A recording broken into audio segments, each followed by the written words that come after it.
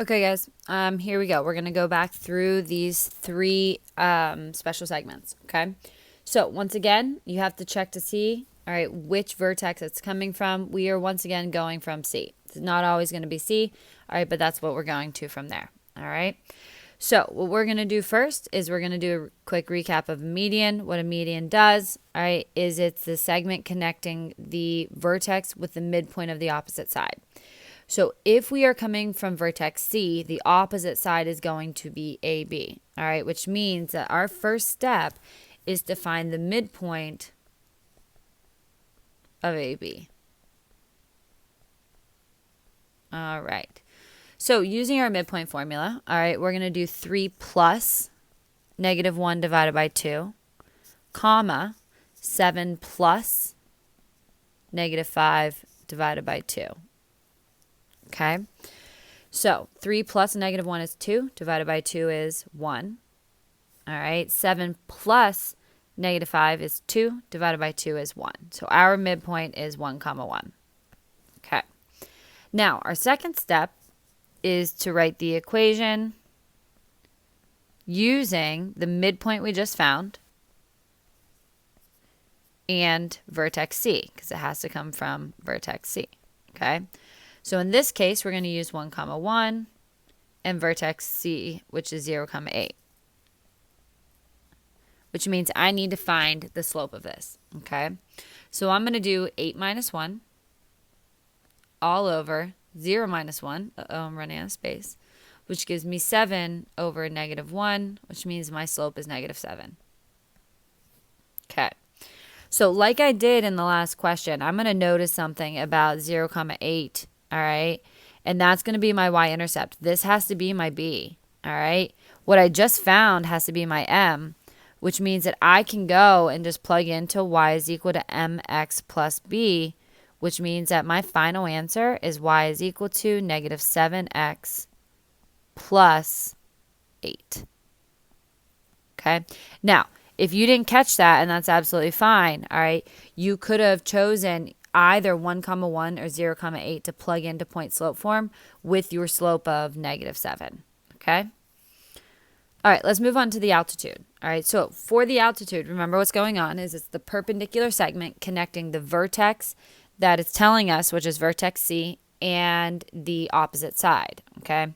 Since we're coming from C, the opposite side is AB, which means that our first step is to find the slope of AB so that we can ultimately find the perpendicular slope, okay? So finding the slope of AB, we're going to do -5 minus 7 all over -1 minus 3. Okay? So solving this, we're going to get -12, all right, divided by -4, which means my slope there is a +3. Okay? But I don't want that slope, all right? I want my perpendicular slope. And my perpendicular slope is -1/3. So my next step then is I'm going to write the equation of that line. And that equation has to be using my perpendicular slope and my vertex C. All right, so once again, 0, comma 8 means that that has to be my y-intercept. All right, I know that my perpendicular slope is -1/3. All right, so if I would just plug into y is equal to mx plus b, because I'm recognizing that shortcut, all right, I'm going to get y is equal to -1/3 x plus 8, and that's my final answer. Okay, our last example here for the perpendicular bisector. All right, remember, our first point, or our first step, is we need to find the midpoint of AB.